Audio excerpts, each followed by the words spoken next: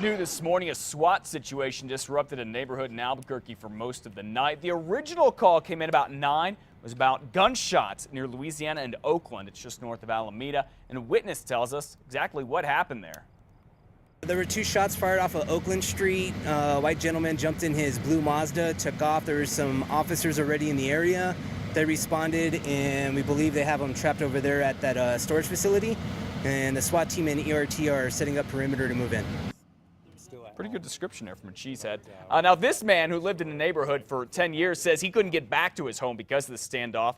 Police say the man they were after shot another man in the arm, then took off. SWAT, K-9 officers, and a helicopter were all called in.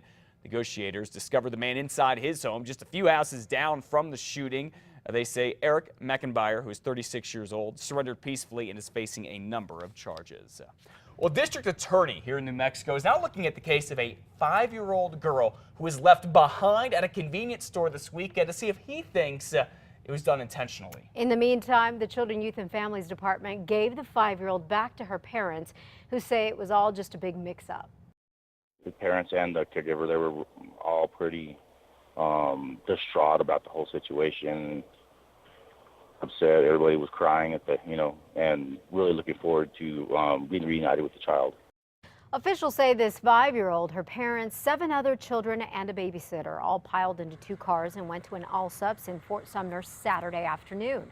The girl's father and the babysitter went inside to buy supplies. The little girl was sitting in the 3rd row of a GMC Yukon. She somehow got out and went inside the store without anyone noticing. Well, the group returned to the lake, each thinking the other had the little girl.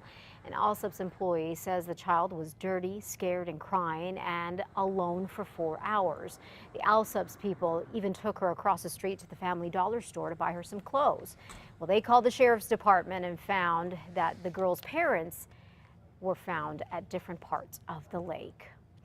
A mid-school student is arrested accused of leaving a message threatening one of the Roswell school shooting victims from earlier this year. Chavez County Sheriff deputies say an 8th grade student attends Berendo Middle School, where Nathaniel Tavares and Kendall Saunders were shot by Mason Campbell back in January. Well, now deputies say that this 8th grade student admitted to writing, quote, "I will finish off Nathaniel on 9/2/14 on a bathroom wall." Nathaniel, by the way, still recovering from injuries that he suffered. Deputies say the male student who was arrested has been suspended.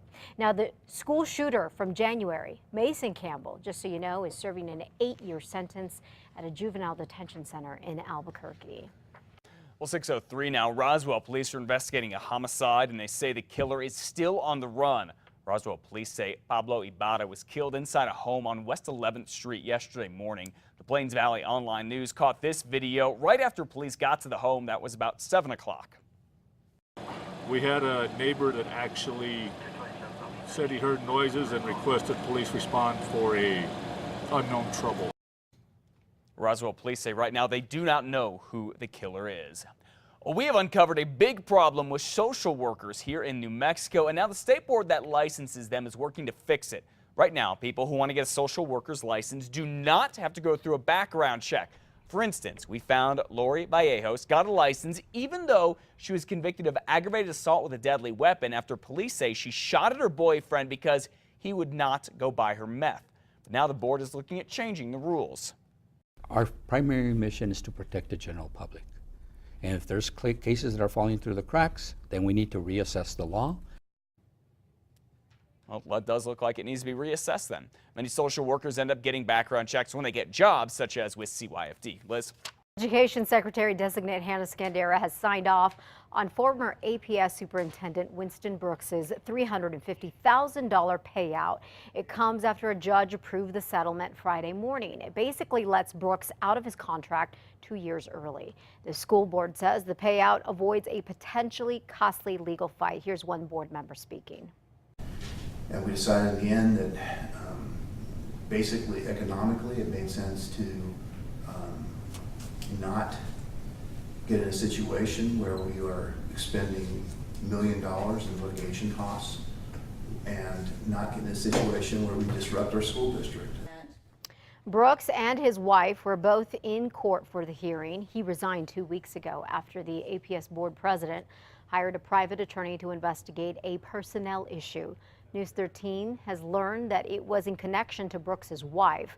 According to the agreement, the investigative report will stay private. One group is trying to get those records public and says they might have to sue if they're not released. Meanwhile, the education secretary says that the money for the payout is covered in the budget.